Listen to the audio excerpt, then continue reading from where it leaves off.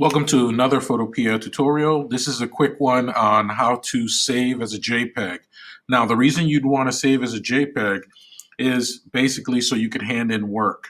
A lot of programs have a limit on the size of work that you can hand in, but also a lot of programs can't read a Photoshop file.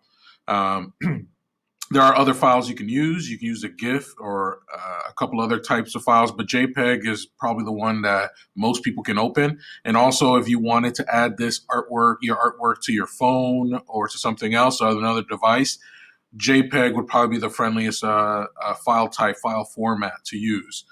So I have layers, but remember, if you save it as JPEG, this is going to get flattened. So if you want to still work on this project, and you want to keep your layers, you first save it as a Photoshop file. And then you're going to go up into the menu and you're going to choose File. And then you're going to go down to Export as JPEG. As I told you earlier, there's a bunch of options. PDF is usually the smallest, but JPEG, there's also TIFF, and there's a couple other ones, but JPEG is the more universal one.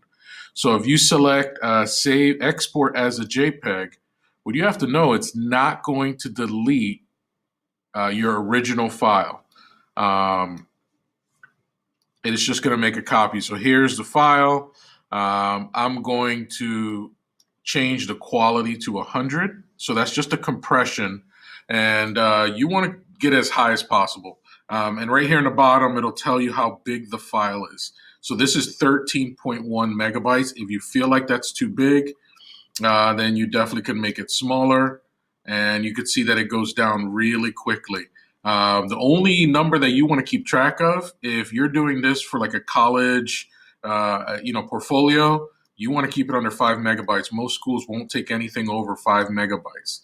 But if you notice, if I go only to 90,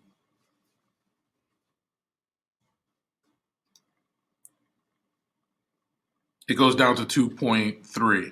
So the big difference is between 95 and 100.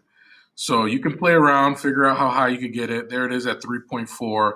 I'm fine with that. I'm going to press save. And this automatically goes to your download. So you can see it already finished downloading, and I have access to that file. So that's how you save your file, your image, as a JPEG.